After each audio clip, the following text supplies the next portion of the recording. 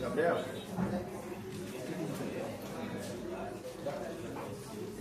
Já?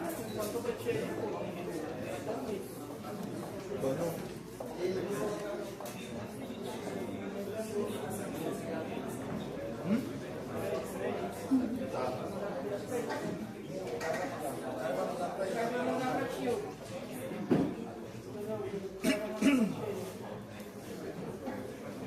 Vai embora pra já ficar aí, pra já começar aqui, filho. Dá pra dar uma live do áudio.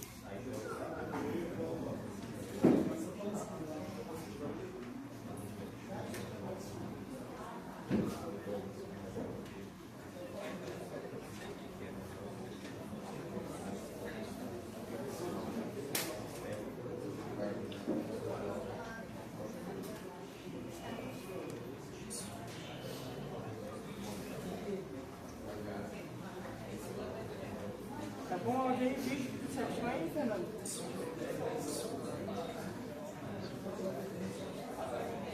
Tá. Ele vai conferenciar.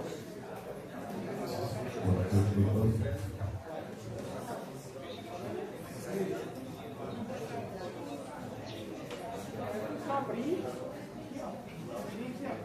Abrir.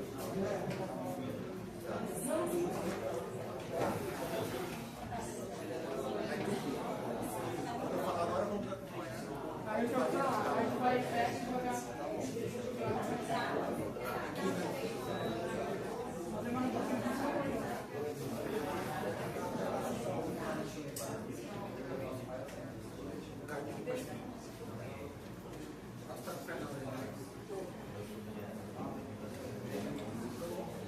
Fernando, quando eu te der um ok, tu me inicia contato, tá? Só quando ele tiver com a manchete lá, né? Nossa, ele agora não.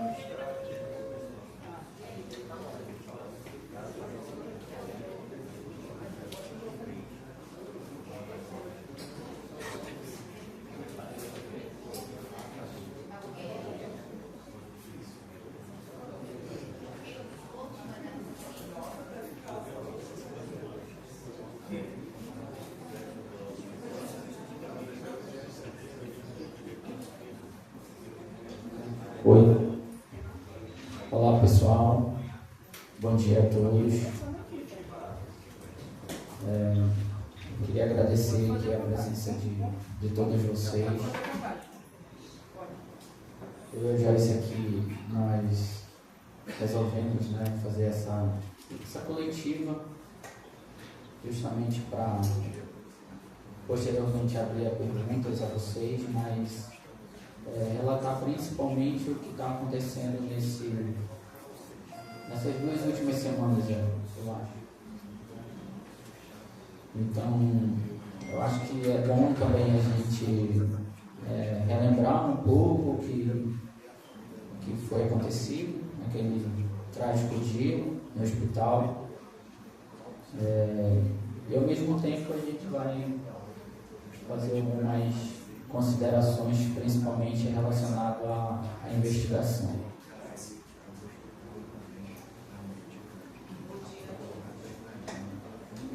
Bom dia a todos. Vou começar a contar, relembrar para vocês como é que isso tudo aconteceu. O Benício estava alguns dias com uma tosse, eu estava tratando em casa, com medicação xarope. E na sexta-feira, quando eu peguei ele na escola, eu percebi que a tosse dele tinha se intensificado. E eu percebi também que os remédios não estavam fazendo efeito. Então, à noite ele já teve uma febre, dediquei, tratei a febre. Sábado de manhã, a gente acordou, ele acordou com febre. Foi quando eu falei pro Bruno, Bruno, vamos levar ele logo no hospital, porque aí a gente já vê o que está acontecendo, deve ser uma garganta inflamada, ele recebe um antibiótico, compra na farmácia e a gente começa a tratar ele. Tá bom, fomos pro Hospital Santa Júlia, lá ele chegou, passou na triagem, chegamos por volta de 12h30, passou na triagem, estava tudo ok, sem febre, saturação 100%, batimento cardíaco normal também. E aí, no entanto, como ele estava aparentemente bem, né, ele recebeu a pulseira de atendimento verde, né, que não significa que ele não precisava de tanta urgência. E lá nós esperamos por volta de 1 hora até ele ser atendido pela médica Juliana Brasil Santos. Vocês querem colocar o microfone aqui? Não? Tá bom aí? Continuando, né, por volta das 13h30, o Benício foi chamado até o consultório da médica Juliana Brasil Santos, só podia entrar uma pessoa com ele, eu entrei, o pai dele ficou. E lá, né, eu relatei o que estava acontecendo com ele,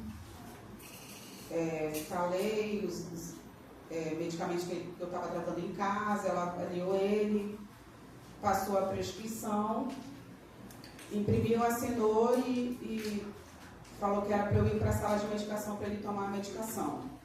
Então, saí do consultório dela, o Bruno já pôde entrar para a sala de medicação, ele já podia acompanhar a gente, e assim a gente foi. Na sala de medicação, também aguardamos atendimento, só tinha uma técnica lá que estava atendendo e a gente ficou aguardando. Então, chegou a técnica Raíza e começou a nos atender. O Benício fez uma lavagem nasal, tomou xarope e ela foi preparar o soro para ele tomar, né? Procurou veia no bracinho dele, foi quando ele começou a ficar nervoso, porque ele não queria ser furado, normal de criança, né? Tem medo de agulha. E aí foi quando o Bruno levou ele para a maca para ele deitar, se acalmar mais para tomar o soro. Quando ela aplicou o soro, eu perguntei, cadê a nebulização com adrenalina? Foi quando ela me falou, não é nebulização, é na veia. A médica prescreveu na veia e me apontou a prescrição médica. E aí eu me assustei, né, porque ele, das últimas vezes, ele sempre fez que ele precisou tomar adrenalina, foi por nebulização, nunca foi pela veia. E aí eu questionei ela, falei, mas ele nunca fez na veia. E ela respondeu que ela também nunca tinha aplicado na veia, mas que a médica tinha prescrito na veia. Então ali, quando ela aplica na veia do Benício adrenalina, ele, na hora mesmo ele começa a passar mal. Ele fica todo o corpinho inteiro todo amarelo, os olhos estatelados. E aí é quando eu pergunto, meu filho, o que está acontecendo? Está sentindo alguma coisa? E ele fala, mãe, meu coração está queimando. E aí o meu marido fala para a técnica, corre, chama a médica. E aí a médica chega, pergunta o que está acontecendo. Olha o Benício, quando assentaram o Benício na maca, ele está muito amarelo. E ela olha a palma da mão dele e pergunta de mim se ele comeu cenoura. Eu falei, ele não comeu cenoura, ele está só com o café da manhã, ele ficou assim porque ela aplicou adrenalina na veia dele. Então já começa toda a correria, os técnicos correndo para socorrer meu filho, e ela fica todo o tempo no celular.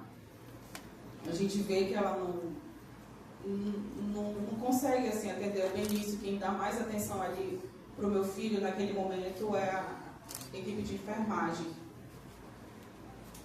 Chega uma outra médica, fala com ela, e aí eu falo pro Bruno, eu acho que eu vou passar mal, eu acho que eu vou desmaiar. Então eu me afasto.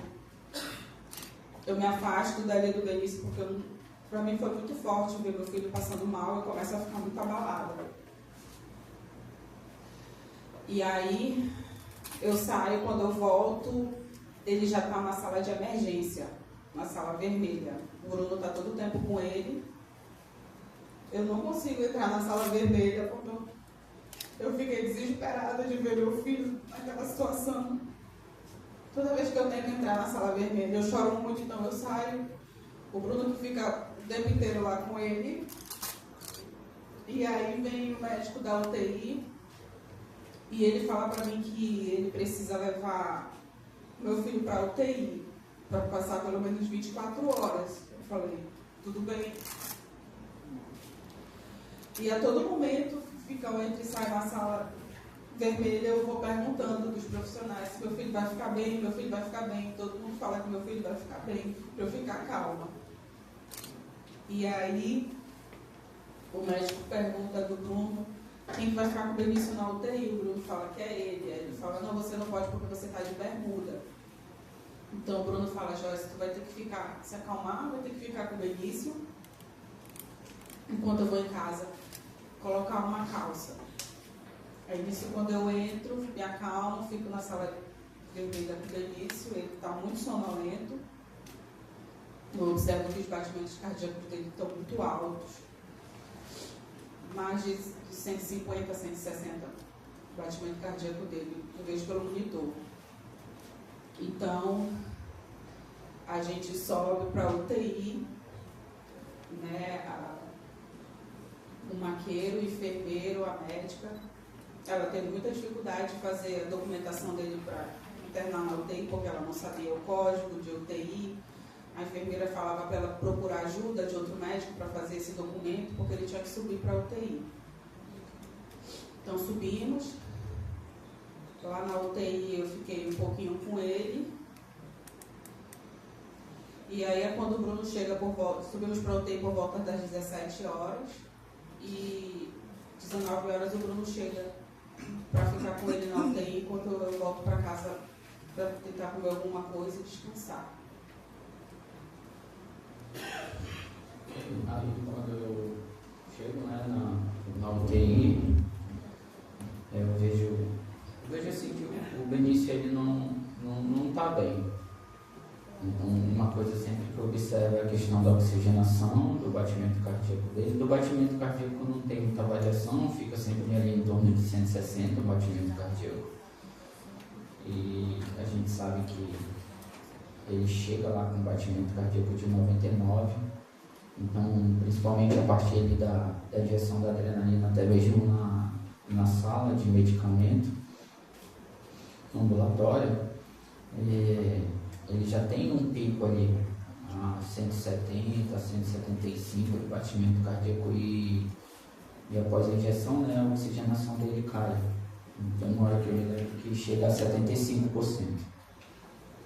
Então, a gente sabe também que, acho que até no Covid, né, o pessoal já estava 89, então eu acho que o Benício ele lutou bastante, né, foi bastante resistente a respeito disso. Então, lá no UTI, quando eu chego, eu vejo que ele não está mal. Então, ele está nessa oxigenação de 90, o máximo que chega a 93, e o batimento dele sempre 160, 160.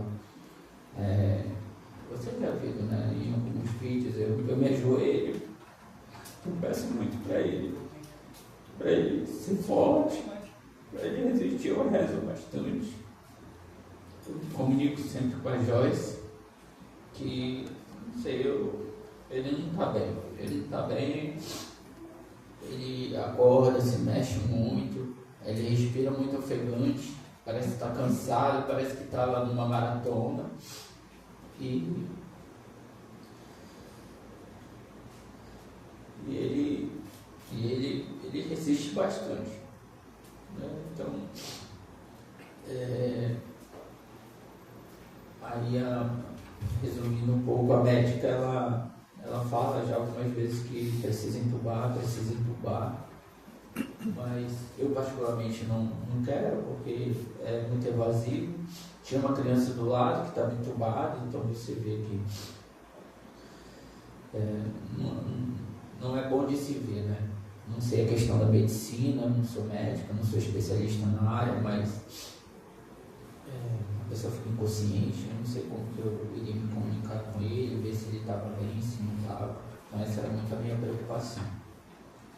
Então a médica resolve entubar, eu aviso para a Joyce, a gente fala com o médico, o pediatra do Benício, ele concorda também.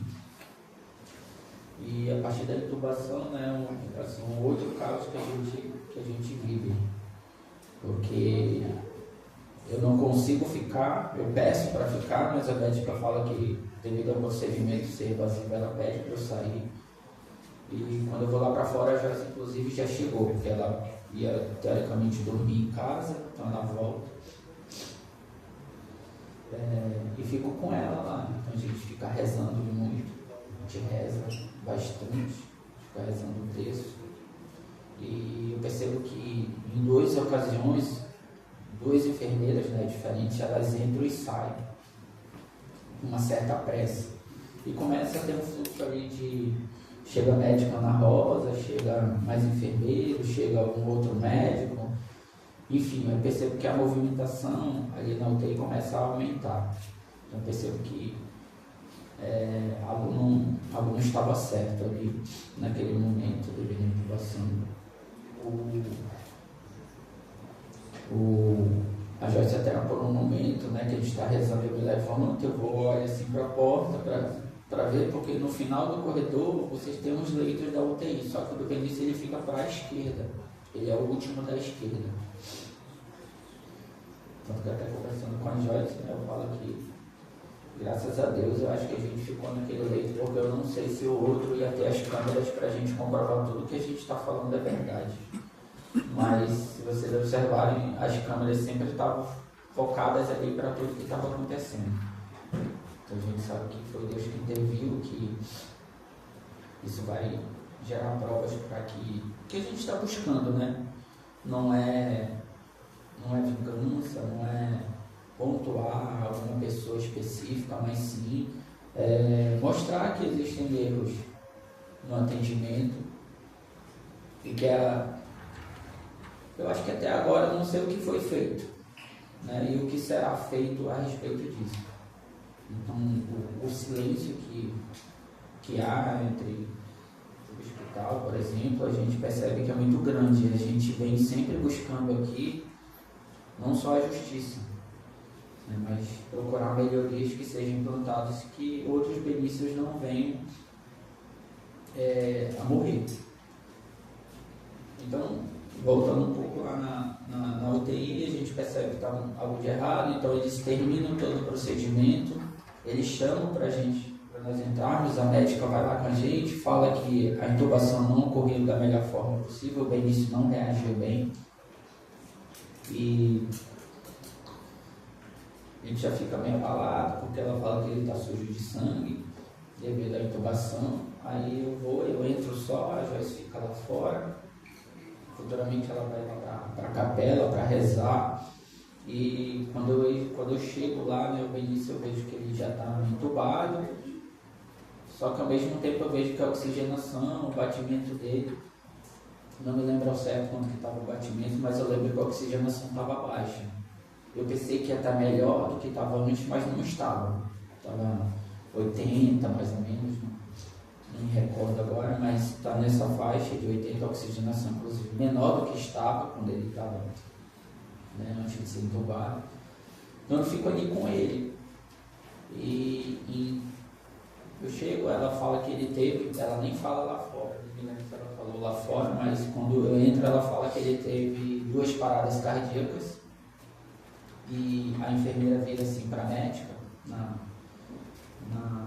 no canto do leito, e faz assim para ela que foram 3. Então ele já tinha sofrido 3 paradas cardíacas, e quando eu estava lá, eu presenciei mais 3 paradas, né? Então, desse total de 6 que a gente vem falando, 6 paradas cardíacas que o Benício sofreu.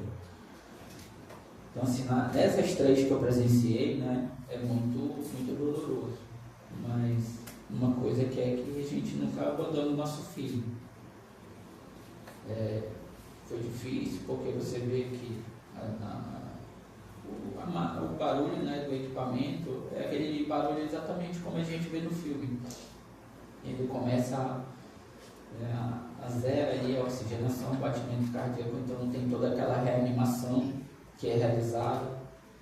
Então é muito doloroso, né, relembrar isso, é muito drástico relembrar, mas como eu falo com a Joyce, se nós tivermos que relembrar 2.000, 3.000, 1 milhão de vezes, a gente vai relembrar, porque a gente não quer que caia no esquecimento o que aconteceu com o Benício. Não foi um simples caso que foi uma parada cardíaca, né? Foi uma parada cardíaca que ela estava acontecendo devido a injeção da adrenalina, naquele início de todo esse assassinato, esse dia trágico que a gente teve na nossa vida. Então, a partir daí, né, dessas paradas, Vinícius veio a falecer. A gente já... E assim, ó, foi o pior dia da minha vida. Da minha, da Joyce. Eu me lembro muito bem dela rezando, eu levando a notícia que ele não tinha resistido. Minha médica vem, eu saio por um momento para avisar para a Joyce, já após a 6ª parada. E ela vem atrás logo em seguida e fala que o Benício não vai mais reagir. Já está com parada cerebral, pelo que ela indicou. Aí a gente começa a viver ali o nosso pior dia da vida, né? O Benício, ele tinha 6 anos, ia fazer 7, isso foi dia 23 de novembro, ele ia fazer 7 anos no dia 25 de dezembro, no Natal. Então foi tirado, né? Nosso prazer de comemorar o aniversário dele.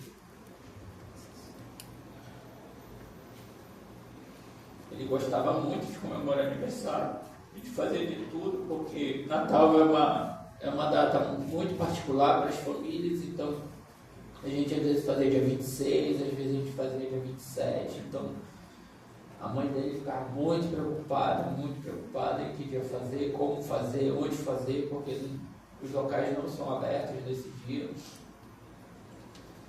E então, depois desse dia, a Joyce, ela entrou assim no fundo do poço, depois do dia 25. Passou Natal, Ano Novo, foi os piores natais, Ano Novo da nossa vida. A gente não tinha o que festejar, era fogo de artifício e a gente em casa, no nosso quarto, chorando, um abraçando o outro. E a gente, quando foi dia 2, né, ela não queria comer, não queria se alimentar. Quando foi dia 2, eu pedi para o pessoal da igreja, nós somos católicos, irem lá em casa. O padre foi, graças a Deus, no dia 2 o Espírito Santo intercedeu. Ela deu uma reanimada. E a partir desse dia ela a gente começou, né, a viver o luto, porque até hoje a gente sente todos os dias, mas a gente vai, se for para sentir essa dor o resto da nossa vida, para a gente relembrar o caso do Benício, procurar justiça, procurar melhorias, a gente vai estar aqui. A gente vai estar fazendo coletivo, a gente vai estar adesivando o carro, a gente vai estar panfletando, a gente vai estar com a nossa camisa, a gente não vai desistir. Então, assim, mataram a criança errada. Não que esteja desejando para outra criança. Ninguém merece isso que a gente está passando. Então, o Benício, ele era uma criança muito maravilhosa. Ao mesmo tempo que ele me proporcionou o dia mais feliz da minha vida, ele proporcionou também o pior dia da minha vida, que foi a morte dele. Então ele me ensinou bastante. Ele me levou para passear, ele me levou para ir no cinema, ele me levava, eu levava ele na escola. Então ele era uma criança magnífica. Mais uma vez, ele não merecia, mas não significa que outra criança, nenhuma outra criança merece. A gente está muito buscando por isso. A gente não quer pontuar que uma médica que prescreveu, né, carimbou, assinou uma receita errada. Um hospital onde não tem um farmacêutico para liberar, né, o medicamento para a criança.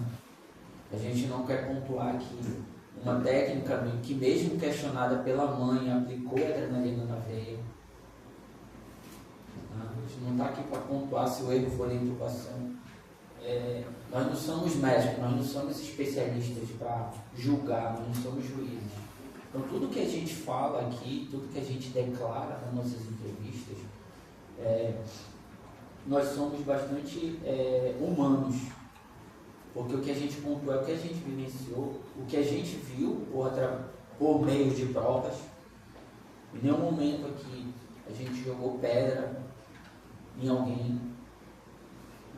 Então o que a gente pede também, não por mim, pela Joyce, né, que principalmente quando o outro lado da entrevista fale alguma coisa do Benício, que seja mais atencioso nas suas palavras. Porque em nenhum momento o outro lado falou, não tem culpa. Só fala que não tem culpa, joga a culpa para os outros. Isso dói bastante para a gente. Como eu falei, eu não quero buscar o A, B, C. Se tiver A, B, C, eu quero que os responsáveis sejam punidos. Para isso que existe a justiça no Brasil e no mundo.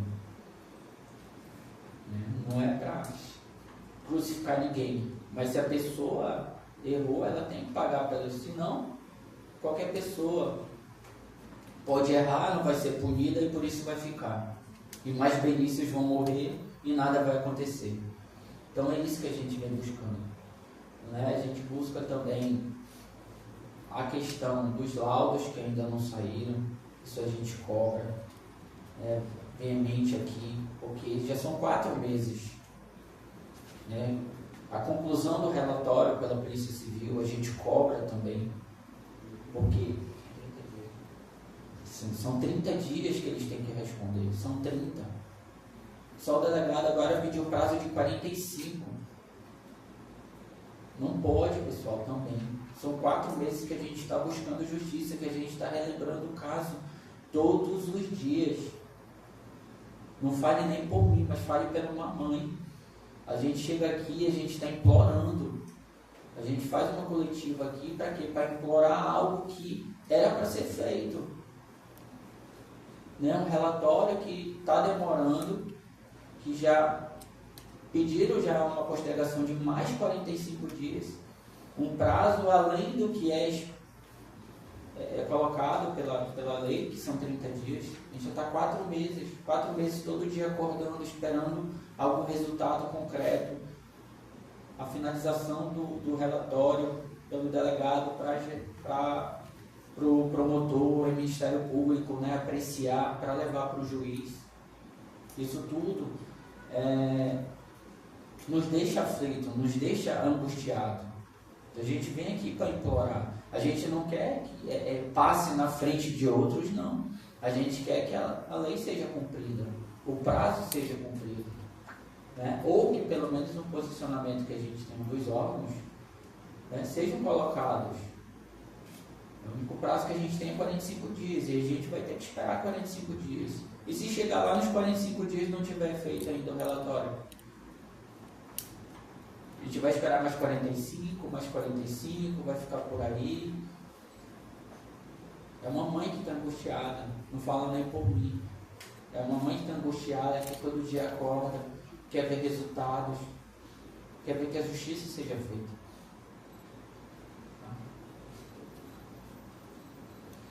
Então é isso, assim, a gente vem, se tiver que cobrar, a gente vai cobrar, se tiver que dar entrevista, a gente vai dar. A gente está aqui, a gente está de peito aberto, a gente mostra a nossa cara, a gente não se esconde porque a gente não tem nada a temer. Tudo que a gente falou é a pura verdade. E a gente fala como um pai, como uma mãe lutada, em busca de justiça. Por tudo que a gente presenciou naquele assassinato que fizeram com o nosso filho.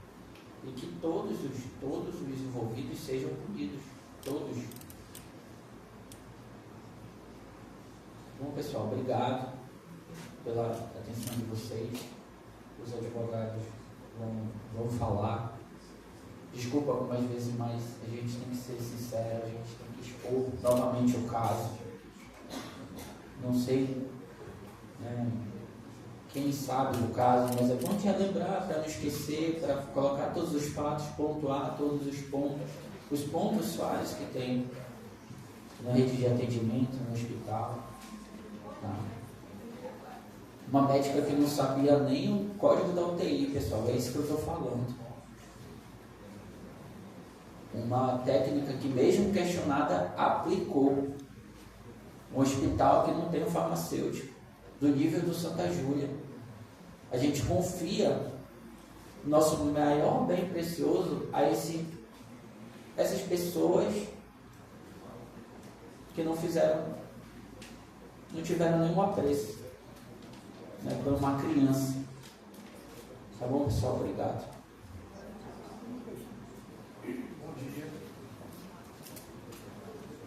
Bom dia a todos. Eu queria primeiramente agradecer a imprensa que veio aqui, veio ouvir a súplica do pai do Benício Bruno, da mãe do Benício, da Joyce.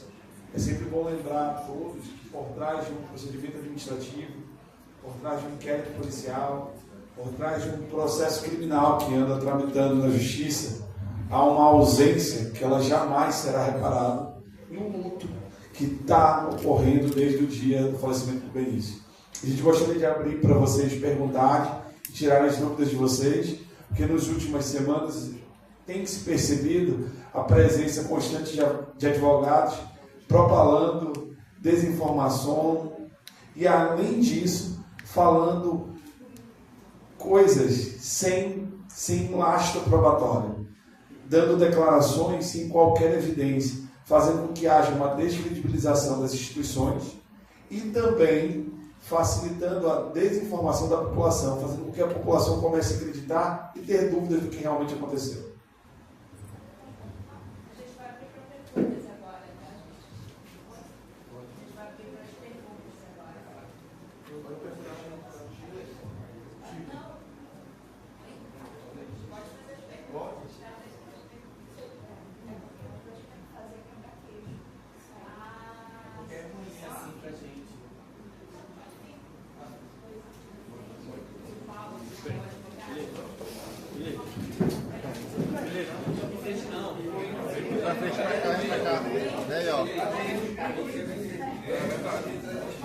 Bota o microfone em cima da mesa, pessoal.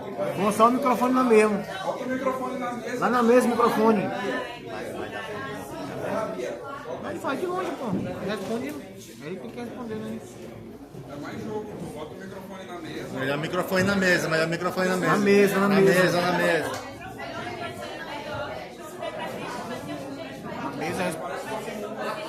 Lá na mesa, lá na mesa. Na mesa.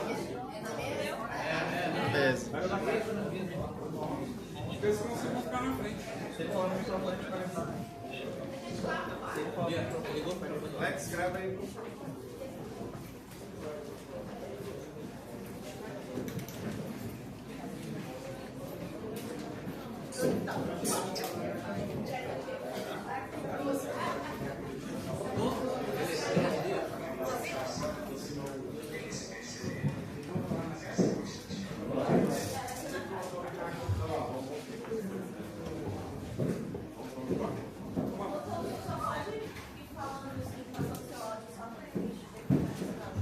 Oi.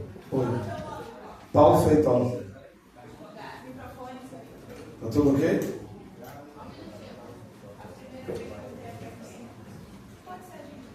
Pode. Pode sim. Explica pra gente qual é esse laudo, né, que vocês estão aguardando. O seu Bruno já falou, 30 dias para sair esse laudo. Já se passaram mais de 4 meses. A partir de quando que vem contando esses 45 dias, né, que solicitaram o pedido do delegado? Pode explicar pra gente exatamente isso, cronologicamente? Começar, Nil? Posso falar? Vamos lá, gente. Primeiramente, o inquérito ele tem um prazo estabelecido em lei. A qualquer momento, o delegado, caso precise, ele pode pedir dilação probatória? Pode. Mas o que nos causa estranheza é o prazo. Nós temos 120 dias hoje de um infeliz homicídio que ocorreu dentro do Hospital Santa Júlia. E até o presente momento, a gente tem pouquíssimas informações do que realmente aconteceu e as conclusões que a polícia tem do caso, porque nós que acompanhamos o Bruno e a Joyce, nós não tivemos acesso ainda à informação. nós já nos habilitamos, mas ainda estamos pendentes de uma autorização judicial para que a gente possa figurar como assistente de acusação e assim ter acesso aos depoimentos, aos laudos necroscópicos, a perícia indireta e os demais laudos que fundamentam o relatório final e posteriormente a denúncia. O principal documento que a gente está esperando agora. Bom dia, Ricardo Albuquerque, sou advogado que vem acompanhando esse caso desde o início. O principal laudo que nós estamos esperando é o laudo de perícia indireta, porque o que aconteceu é uma situação muito difícil, que posso até falar com mais calma, é que o laudo necroscópico, infelizmente, não pôde ser feito em razão do corpo ter sido submetido ao formol. Então, a principal perícia desse caso, além de, claro, todas as perícias são importantes, mas a principal é a perícia dos documentos, dos documentos do hospital. Então, é isso que a gente está esperando, porque esse é o principal documento que vai realmente falar do que ocorreu, e aí é feito pelos médicos, legistas, que vai realmente tratar toda a parte técnica médica e eventual nexo causal entre as condutas médicas no hospital e a morte do Benício. Gente, é sempre bom lembrar que em casos onde há erro médico, não importa a narrativa, importa o laudo pericial, porque ele é a prova técnica que é utilizada para avaliar a responsabilização das pessoas. Doutor, a respeito do laudo, né, a gente percebe que vocês acabaram de informar como assistentes aí que, literalmente, vocês não tiveram acesso. Mas a defesa da médica, ela, inclusive, já citou fato sobre esse laudo. Então, eles tiveram acesso, vocês não? Então, alguns documentos a gente já teve acesso sim, porque eles já estão no processo, mas é porque a gente ainda não figura como assistente da acusação, como o Paulo falou. Tá? Então, a gente teve acesso a alguns documentos porque o próprio hospital nos enviou. Tá? Então, a gente tem os documentos médicos do hospital, a gente tem os vídeos do hospital, e agora a gente tem também o acesso aos procedimentos no Conselho Regional de Medicina e agora tivemos acesso aos procedimentos no Conselho Regional de Enfermagem. E aí o que acontece é que a gente está agora vendo esse lado penal. E não vamos esquecer que esse caso está sendo investigado em diversos espaços, em diversos âmbitos, tanto Corém, CRM e penal, que é a Justiça Criminal. Sintetizando tudo, o processo tem 3 vertentes. Uma administrativa, que a gente tem que deixar claro que foi extremamente difícil de ter acesso nos órgãos de controle das profissões, a gente teve dificuldade. Inclusive foi várias vezes suscitado por mandado de segurança, entre outras coisas. Esfera penal, nós estamos aguardando a decisão do juiz. Na esfera civil posterior. Acho que o Nil poderia até acrescentar alguma coisa sobre a parte do inquérito. Em relação a... Bom dia a todos, Nil Ferreira. Em relação ao laudo, que eu acho que é o que mais está em voga aqui nesse momento, que a defesa alega já ter acesso, e tentar retirar essa imputação da acusada, ele está fazendo o papel dele, tudo certo, mas a gente não pode tirar essa responsabilidade dela, que só se deu a morte do Benício por conta da conduta que ela realizou em prescrever de forma errada e assumindo esse erro, qual todos já têm ciência que ela assumiu esse erro, e hoje ela tenta reverter essa situação. Mas o laudo é de suma importância para que nós possamos atestar, o laudo pericial, que é prova constituída para que o Ministério Público, o delegado, ao receber, constituir todas essas provas, encaminhar ao Ministério Público e assim ele realizar essa denúncia. E assim poder formalizar dentro do que se aplica ao caso concreto, se vai ser um homicídio, um dolo eventual, um culposo, mas que não há isenção da responsabilização dessa médica, que por vezes demonstrou, sobretudo, o desprezo, no caso crítico, e como já demonstrado aí, estava em outra atividade realizada naquele momento, fazendo venda de seja lá o que for, e não dando dedicação à necessidade daquele momento crítico qual o Benício estava passando. Não só ela, como toda a outra cadeia de sucessões de ações realizadas pelos técnicos, pelos outros médicos, pela própria instituição que não tinha os aparatos necessários na UTI. Então, que a defesa da família do Benício, do Bruno, da Joyce, que é a responsabilização de todos esses agentes que provocaram a morte do Benício. Doutores, é o seguinte, eu tenho algumas dúvidas que eu preciso tirar em relação à última decisão do juiz. Na decisão que o magistrado concedeu em parte à defesa da médica, ela considera a atuação do delegado como parcial. Como é que vocês veem a atuação do delegado no inquérito? A segunda questão é se vocês pretendem fazer uma perícia também no vídeo a qual foi entregue pela defesa, uma perícia de vocês mesmos, porque na decisão do juiz também, Fábio Limpo, ele fala de uma perícia independente por parte da defesa da médica. Vocês pretendem também fazer uma perícia no vídeo que foi apresentado por ela também no inquérito? E a última dúvida, também que eu quero saber dos senhores, é de que maneira vocês vão atuar a partir de agora. O inquérito está chegando na fase final, mas vocês sabem que depende do posicionamento do Ministério Público para levar o caso ao tribunal do júri. Porque tudo se encaminha, se caso não vier no corpo do tribunal do júri, vai para uma vara comum. E o caso deixa de ser julgado para a população em geral, porque seria um caso do tribunal do júri. A defesa dela está tentando reverter essa situação para levar para uma vara comum. Como é que vocês avaliam tudo isso? Vamos por parte. A primeira pergunta é quanto à parcialidade do delegado. A parcialidade do delegado não pode ser, em momento nenhum, mencionada por qualquer pessoa, inclusive pelo advogado da outra parte, já que o delegado sempre disponibilizou tudo que foi solicitado.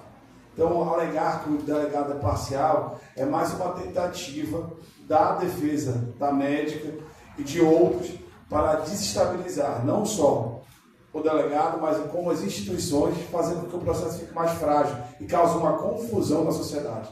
É uma tática de desinformação que a gente repudia veementemente. Segunda pergunta, qual era? Sobre os laudos. Vocês vão fazer um laudo independente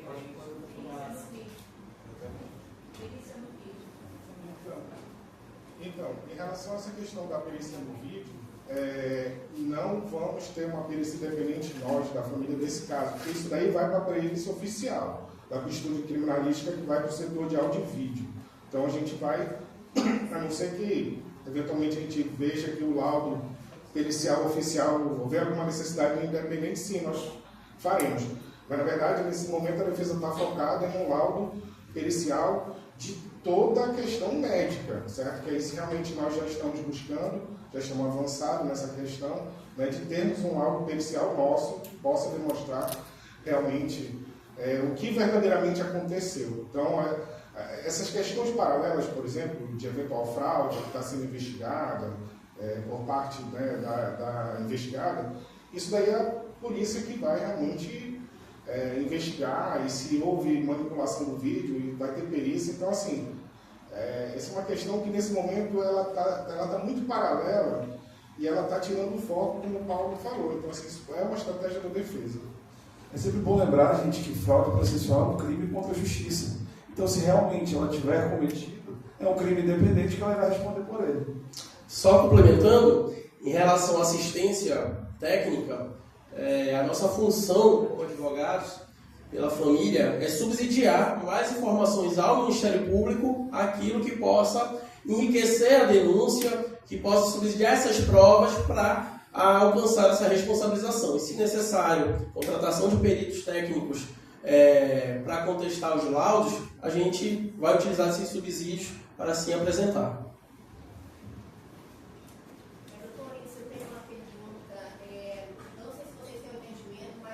De toda essa investigação, né, Joyce, Bruno, vocês tiveram acesso, a gente sabe que houve um erro infeliz nessa prescrição e toda uma sequência de erros nesse atendimento, né, até o desfecho infeliz.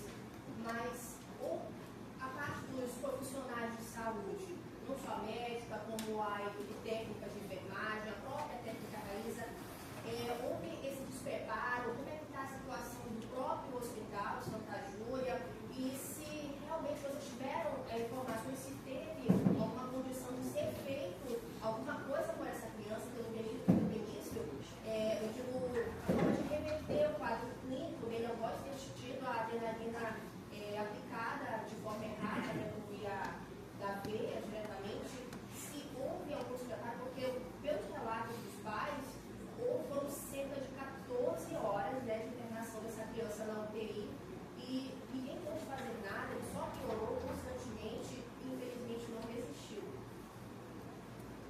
Então, nós, com o prontuário médico e com os vídeos, né, do hospital, nós já nos sentimos confortáveis e, além da denúncia feita aberta de ofício pelo CRM, nós fizemos também uma denúncia no CRM.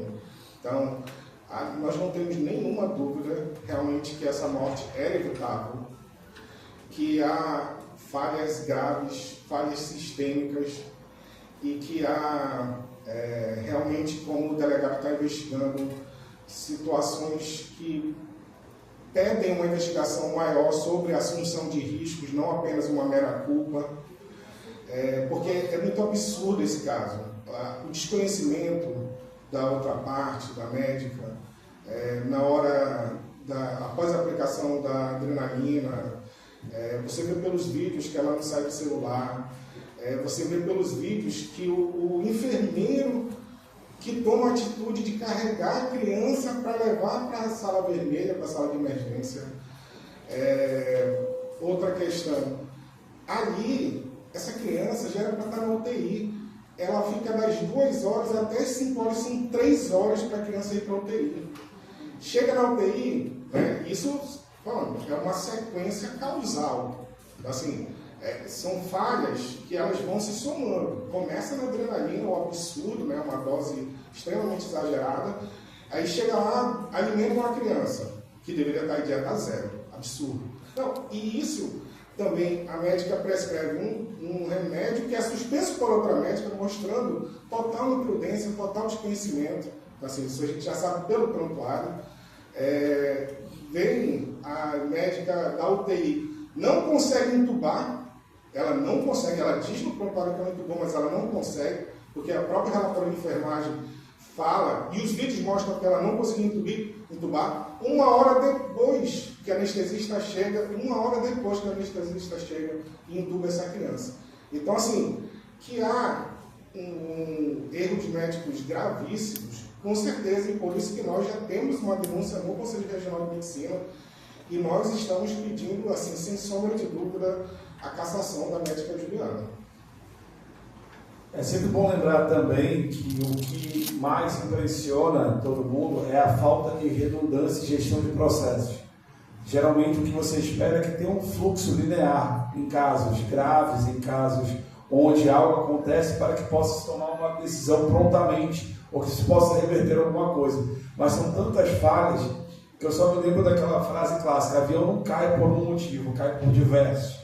Ou seja, foram uma sequência de falhas, nenhuma diminuindo a responsabilidade da médica, nada consegue diminuir a responsabilidade da médica, já que ela prescreveu uma quantidade que provocou uma overdose medicamentosa numa criança, e mesmo assim a sequência faz com que parece que todo mundo fique inerte.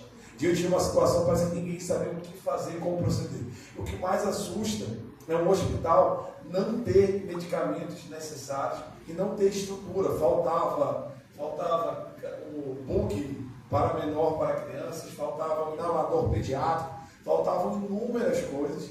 Isso são relatos e depoimentos que foram dados e que causam estranheza, porque você está no momento de maior vulnerabilidade, você entra no hospital onde você confia e você espera que você vai sair bem de lá, e quando você vê várias falhas estruturais e sistêmicas do hospital. Ou seja, a preocupação com a vida humana era zero. A partir do momento que eu não tenho um básico para tentar reverter qualquer situação, eu demonstro descaso com a vida humana. Em relação ao laudo necroscópico, eu não ficou claro para mim se vocês já tiveram ainda não oficial o acesso a esse laudo. Então, em relação ao exame necroscópico, a gente sabe que a defesa falou que ele realmente não teve resultado. Mas aí eu vou explicar uma questão que eu acho que a sociedade tem que saber com total transparência. Porque isso, inclusive, como eu falei, eu estou nesse caso desde o domingo que o Benício faleceu.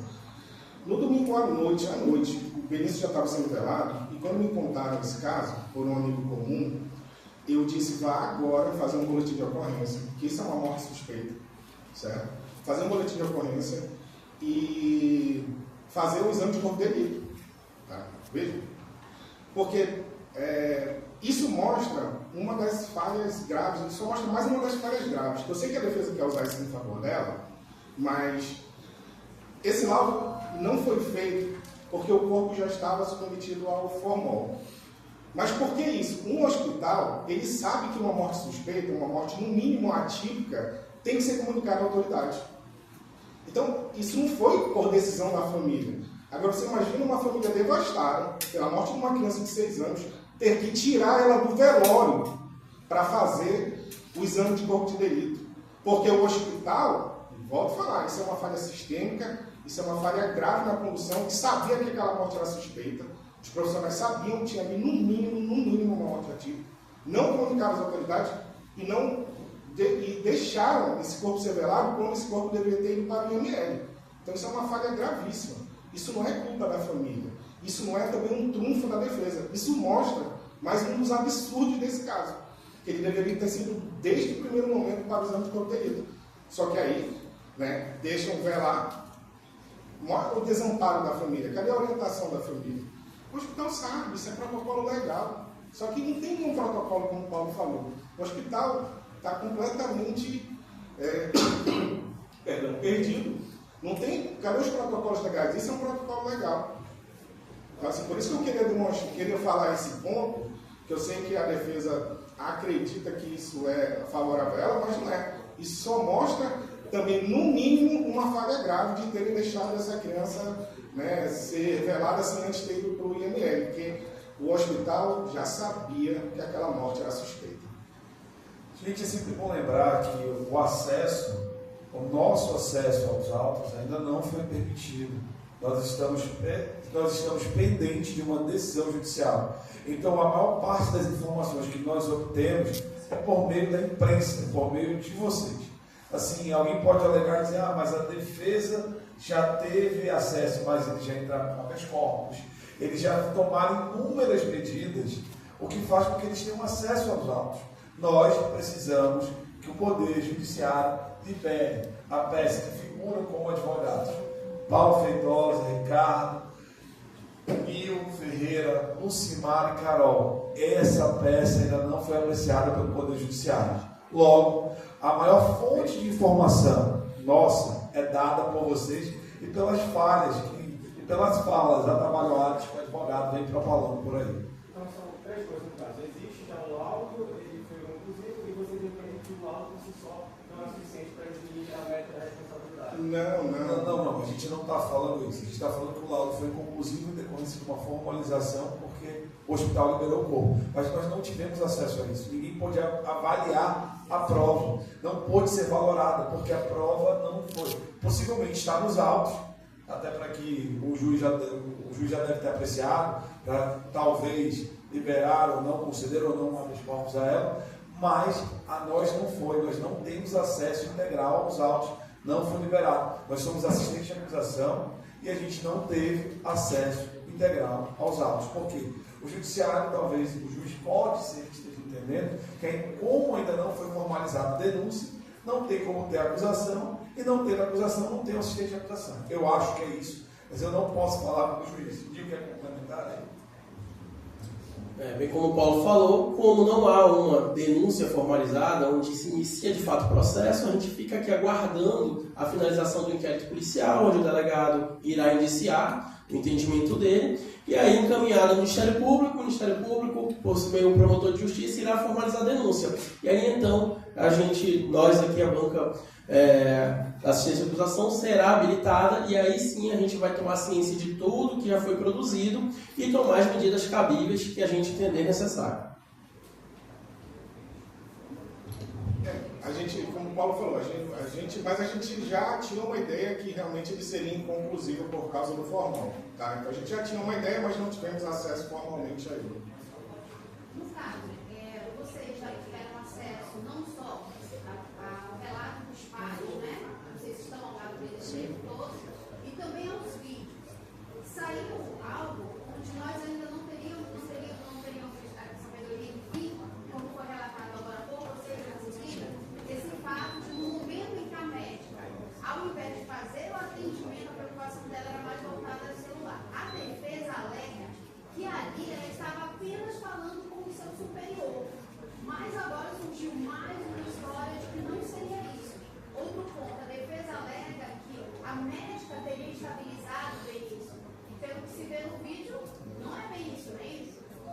Não, ela, muito pelo contrário, os próprios vídeos mostram que realmente todas as medidas a partir ali da aplicação da adrenalina,